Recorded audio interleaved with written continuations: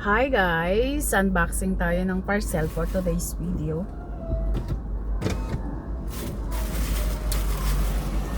Saktong dumating yung parcel ko nitong paalis na ako, kasundo ako. Unpacking na natin dito sa loob ng sasakyan. Ito ay nabudol na naman ako ng black up kagabi. Isang araw. Dahil yung nabibili kong eyeliner, pag nilagay siya, nagbubuo-buo. Tingnan natin to. Pero syempre hindi ko pa siya itatry ngayon. Hindi pa ako naliligo. Ikagigising ko lang. At kagabi, alas 2 na, 2 oras na lang ako nakatulog. Nakatulog ako kagabi ng alas 8, tapos nagising ako ng alas 12. Tapos simula 12 hanggang halos 3 na yon. Nagtrabaho na ako. Tapos yun.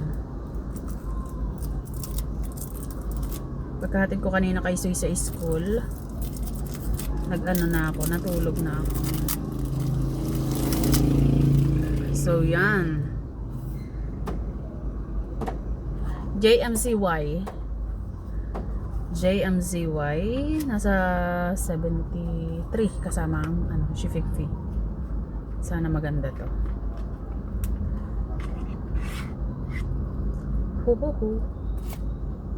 Tanggalin natin. JMCY. May kasama na siyang brush. Tapos kaso ang unti lang niya. Eto lang siya kaya pala mura. Ang unti, pag nabali pa to wala na. Goodbye na. Hindi ko siya mailagay. Gawa ng pagka umaga na, hindi pa ako nakakapaghilamos. Kakagising ko lang. Try natin. Mukha namang maganda.